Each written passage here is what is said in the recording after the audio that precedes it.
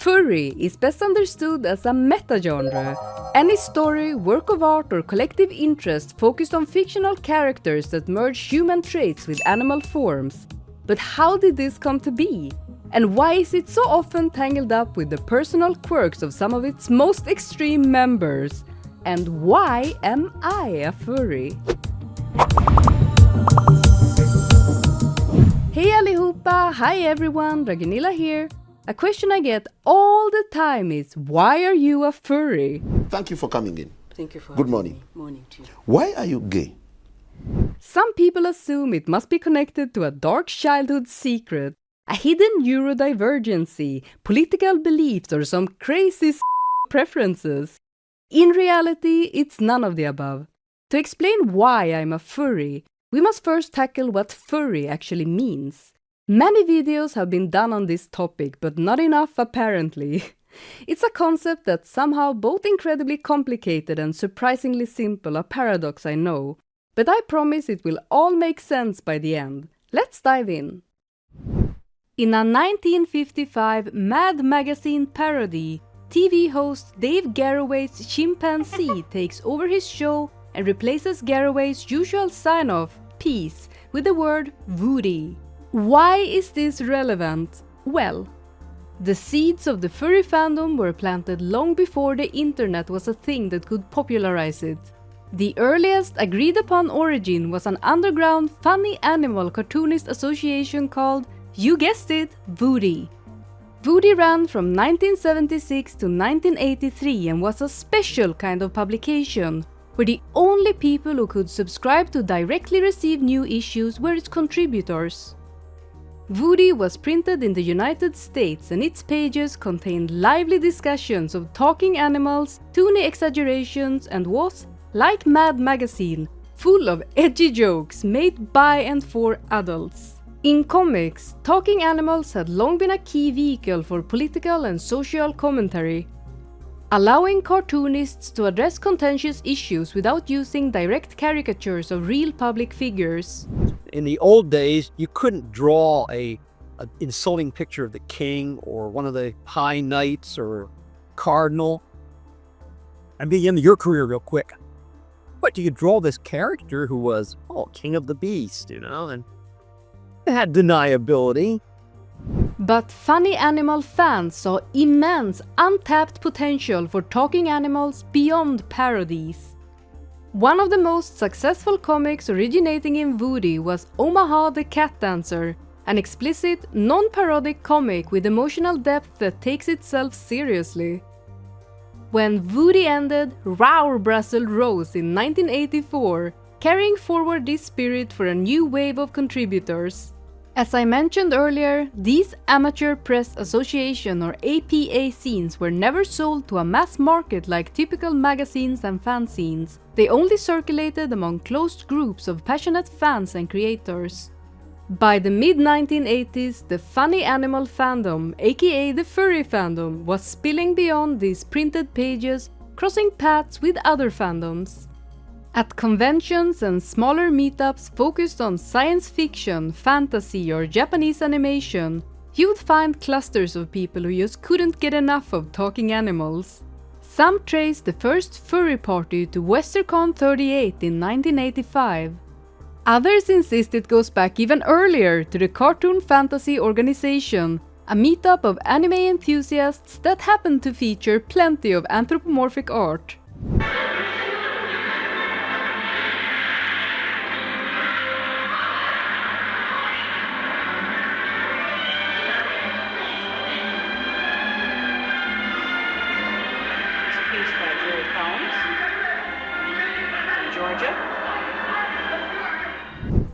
Whichever date you pick, it's clear that furry did not spring up in a vacuum.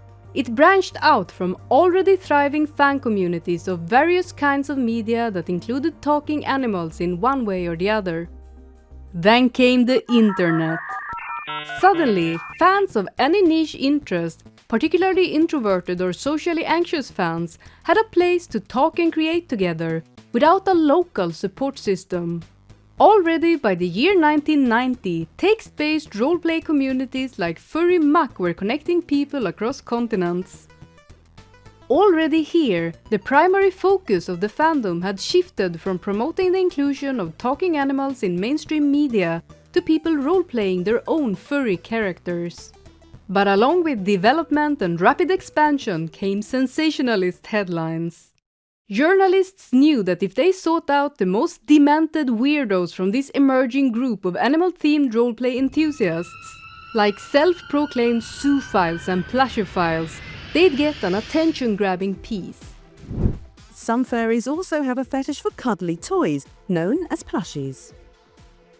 A plushophile is somebody who has a sexual interest in plushies. We can do things like put an SPA on it, which is a strategically placed appendage, or an SPH, which is a strategically placed horn.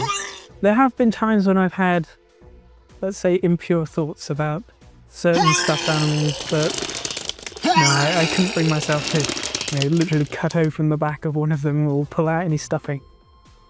We left the furries to their own devices, but if your flatmate wears a tail, make sure you keep your teddies under lock and key. Before long, the public image of furries became dominated by the very fringe. Bizarre sexual anecdotes or people who insisted that their real soul was a fox, wolf or a dragon. Cat scared the pants off me.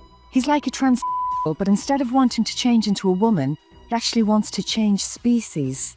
I just can't believe he found doctors to transform him. How far are you gonna go then, Cat? As far as technology will allow.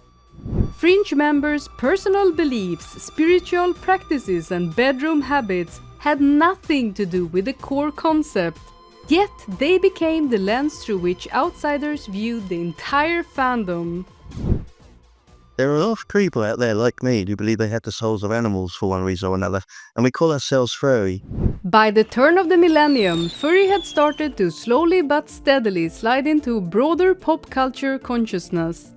As more people got online, a growing network of personal websites and niche forums emerged, each devoted to a variety of furry interests. Everything from furry drawings to written works of fiction to the first fursuit building tutorials using the word fursuit instead of just mascot costume. I wonder why use your own eyes costumes aren't popular anymore.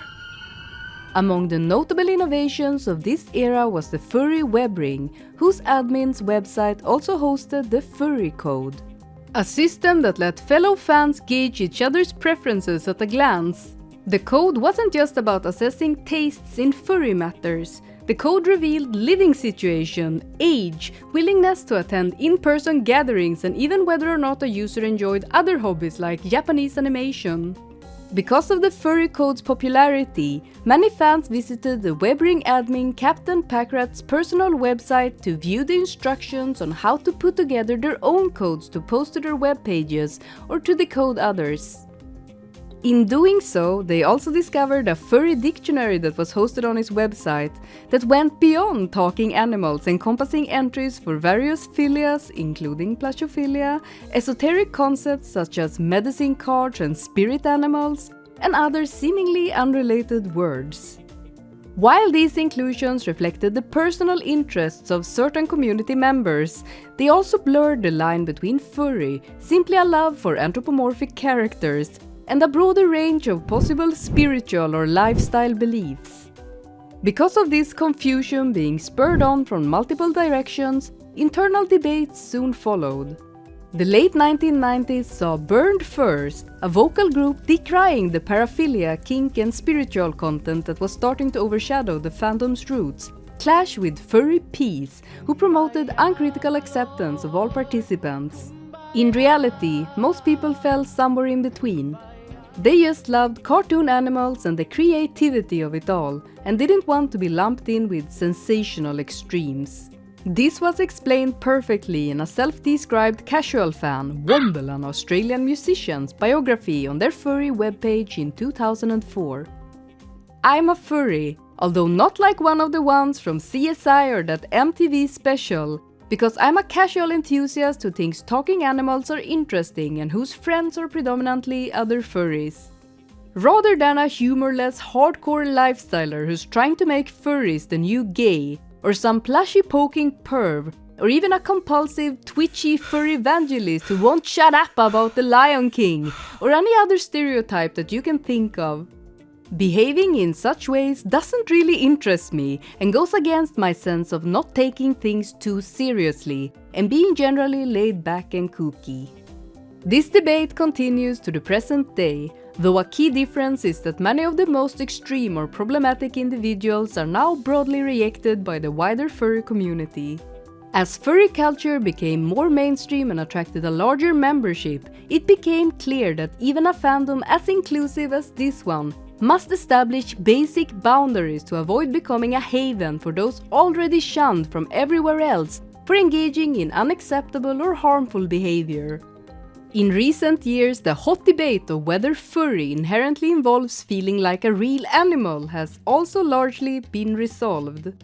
Individuals who truly believe they're animals now identify as Therians, distinguishing their spiritual or identity-based perspective from the creative fantasy focus of the furry community. This boundary for sure wasn't always clear, and the two viewpoints often overlapped.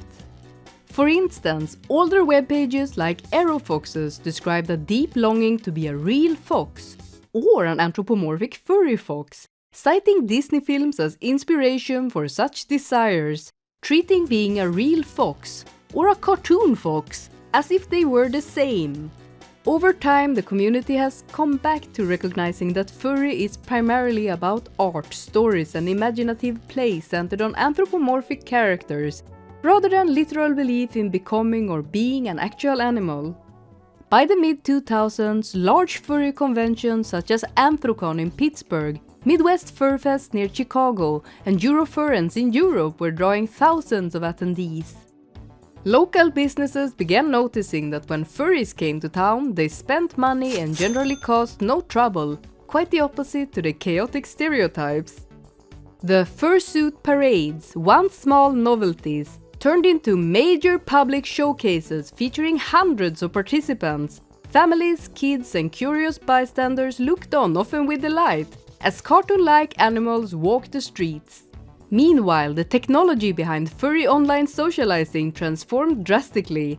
Early text-based worlds like Furry Muck paved the way for fully 3D platforms. Many furries embraced Second Life in the mid-2000s, crafting custom avatars and building entire virtual regions themed around anthro-animals, fantasy realms, and real-world cities. Now, in the 2020s, VR chat has taken this to the next level with immersive, interactive 3D environments, letting fans embody their fursonas, furry personas, in a virtual reality setting. As I stated in the beginning of this video, furry is a meta-genre, a broad creative space where the classic appeal of anthropomorphic animals intersects with whatever individual fans bring to the table, be it art, storytelling, roleplay, or deeper personal meaning. The draw is fundamentally straightforward. Cartoon critters with their blend of the familiar and the fantastical speak to an age-old human fascination with alternative universes and reimagining ourselves. It's fully up to the participant whether they tack on spirituality, sexuality, or any other angle. Strip away the sensationalism and what remains is a widespread, perfectly normal enjoyment of talking animals. One that can stand on its own merits without being bound to anything else. I am a furry because I think humanoid fantasy animals are super cool, and it opens up endless design possibilities for making fictional characters, as opposed to sticking to a single species. I've been working a lot with the human figure for so long. I've been kind of going out of my way to find challenges, and that's a lot of what the anthropomorphics do for me, is they give me a challenge and something different and something new to work with. Thanks for coming to my TED Talk! And thank you so much for watching this video all the way to the end. If you enjoyed, remember to leave me a like, leave me a comment too, and maybe even subscribe. See ya!